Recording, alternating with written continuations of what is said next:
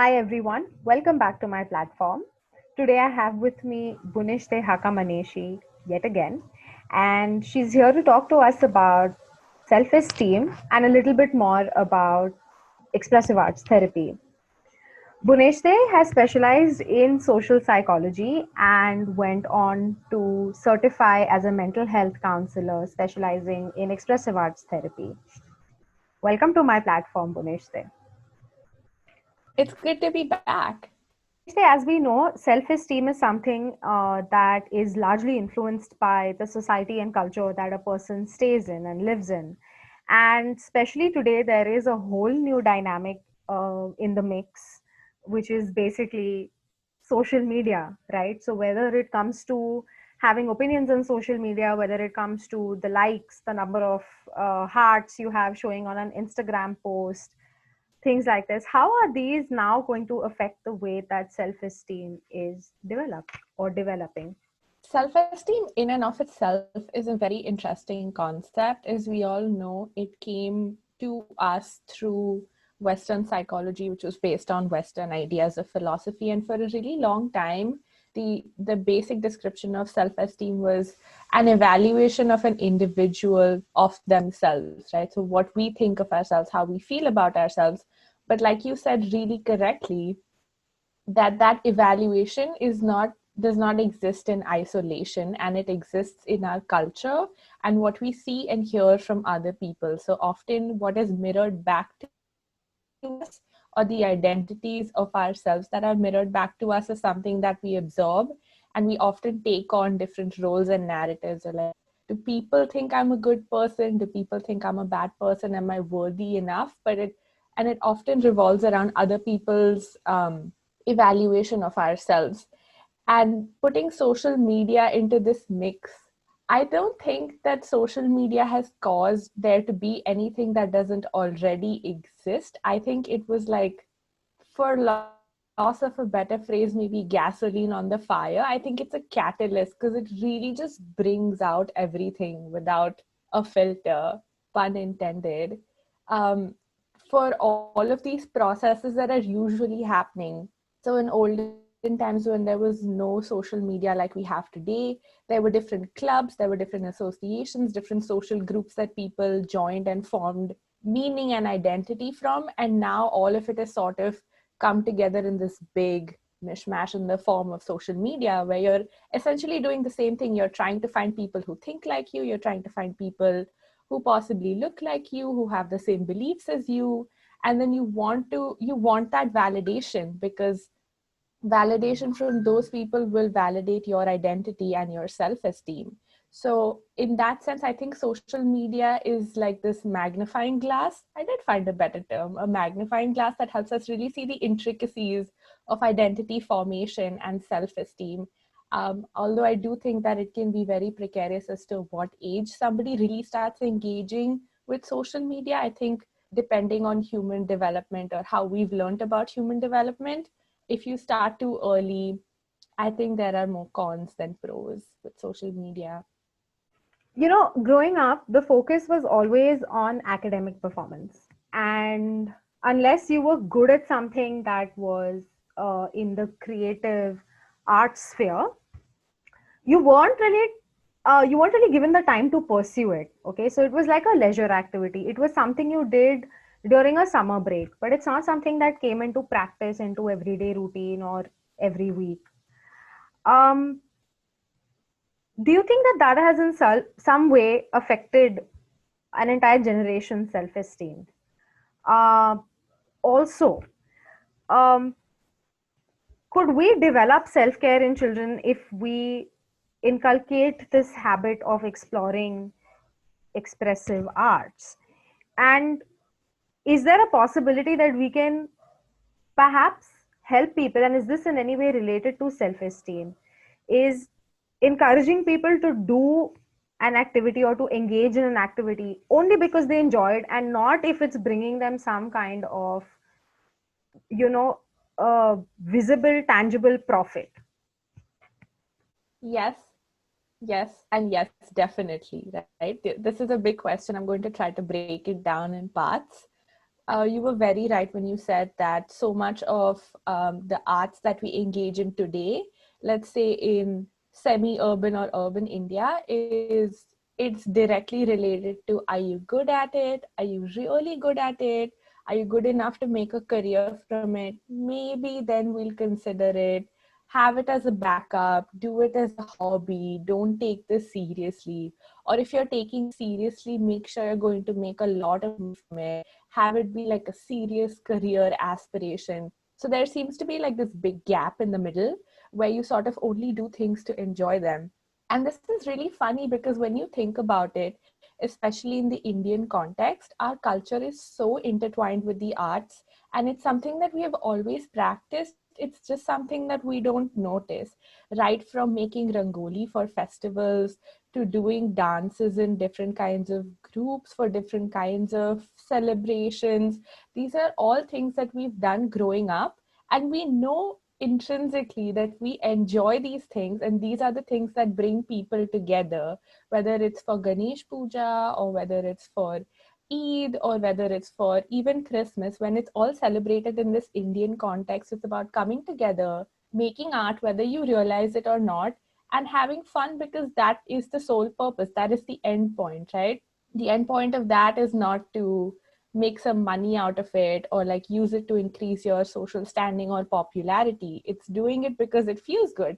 And yet, this system of education that we have been subjected to for the last 200 years, which is primarily a colonial product, has sort of completely removed that and has done a very good job at compartmentalizing these things and saying, okay, you can do this and you're going to get graded for art, you're going to get graded for dance. If you're not good enough, don't bother. We don't want this to show up on your report card.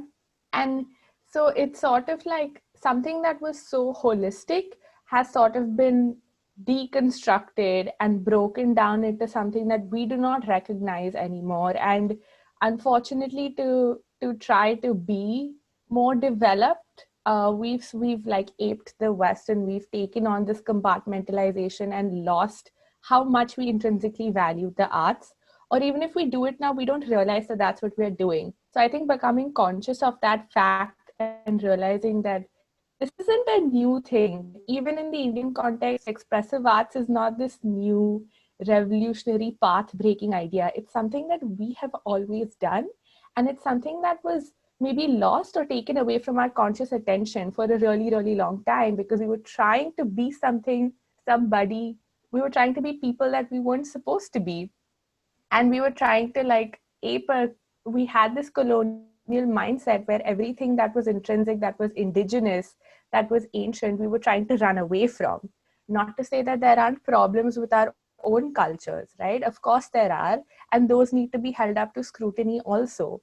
But again, it sort of became this thing where you just do this if you're really, really good at it, or you have it as like a hobby and you don't think about anything in between. So I hope that that answers your first question. In terms of expressive arts today being able to help people, I would say just get back to that mindset. I think it's super, super helpful and right on track when we talk about it, because the whole point of expressive arts, like you said in the last video, is to focus on the process of art making and not the product.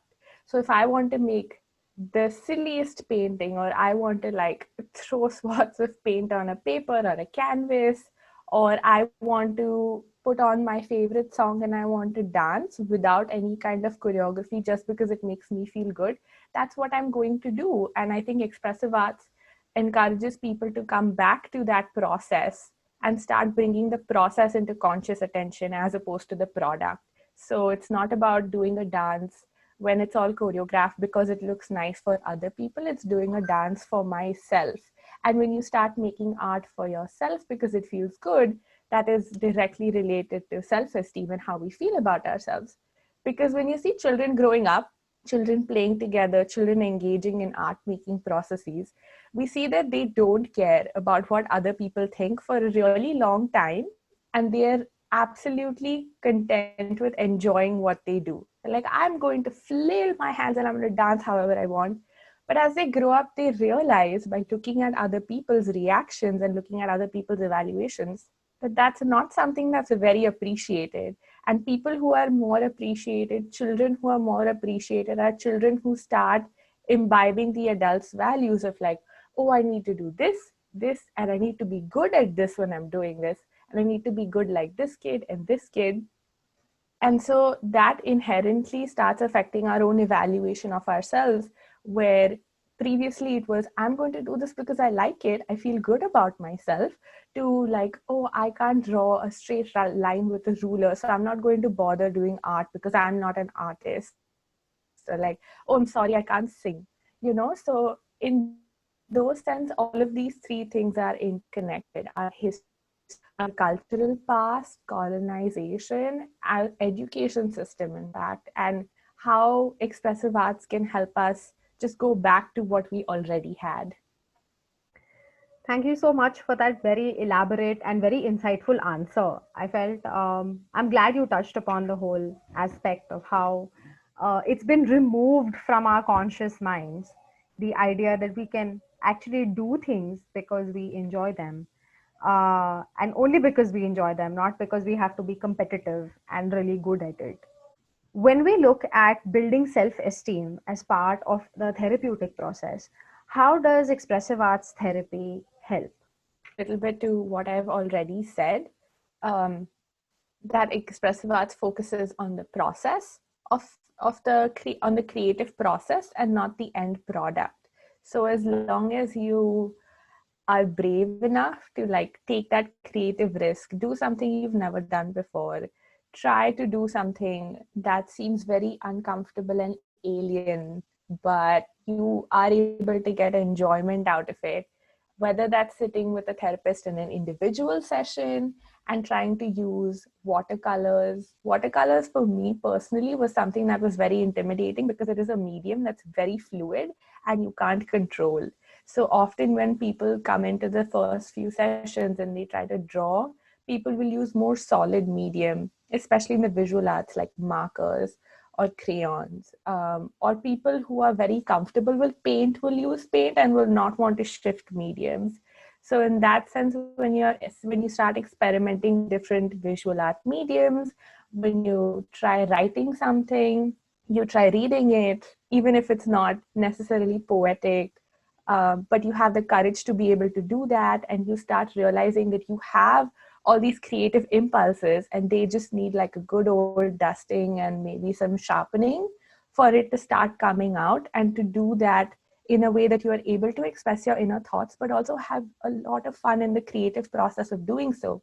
I think that, coupled with the therapeutic relationship that you have with the therapist or with the group, if it's in a group setting, really will start to build on your evaluation of yourself, other people's evaluation of you, because we don't realize that people's evaluation of us also often relies so much on how we think about ourselves. It's like this weird never ending loop. So when you start feeling confident about the things you really do, and this is what lots of people write books about, and they make millions of dollars just saying this, you have to be confident, and then other people are going to see you being confident and they're going to be confident in you, which in turn is going to make you feel more confident, right?